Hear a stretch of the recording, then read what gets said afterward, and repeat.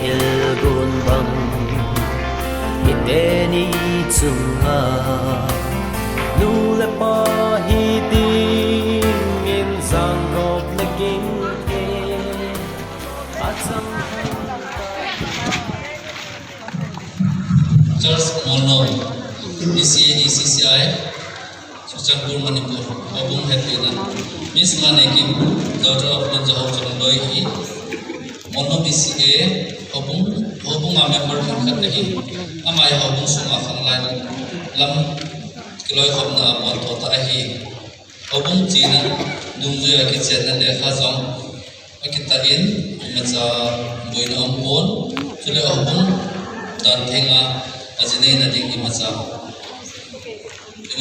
aki mukone hi Obung dan thenga ajine mo na ding imatsa ki mukone hi Obung dara ajine ding hi obung biten ki pa fi thepin Christian in sunno khat in semdo ding pathin pathai ko ta bayo ta min is na neki apeni April 2006 Baptist Chansapa, Pastor of dated Mono 25 March 2021. Upa Haidun Hakim Secretary Mono Misike. Suju Numenua Hokutet Pinahin. Put Pasampayan Simhante. Kuki Baptist Convention Center Church Bivegam Kapit Sujanpur District Manipur. Seipat Naleha.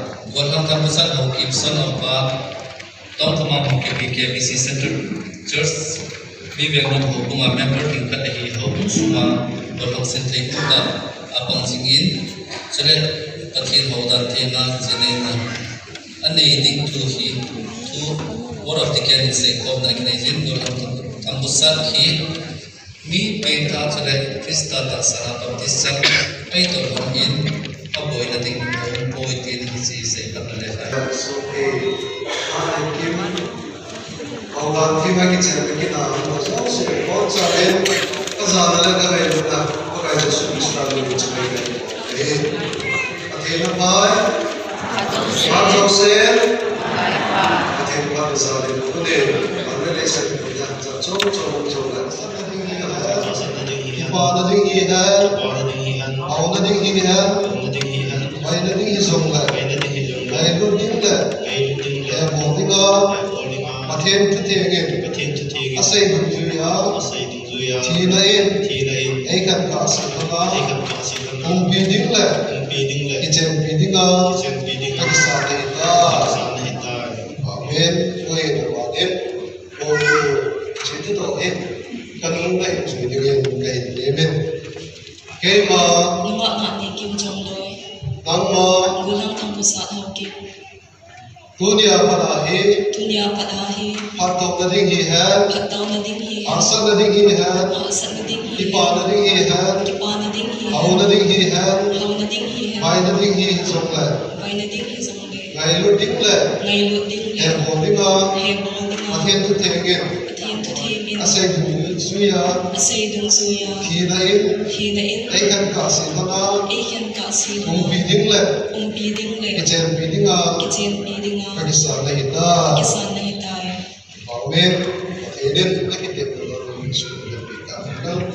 Tunin sulit. Nakingai mo naman na nakinusin mo. Hedging na din ang hedging na mga kutsem, meeting, nakinukonso. Tuin, kukway, nitsay, kutsemi.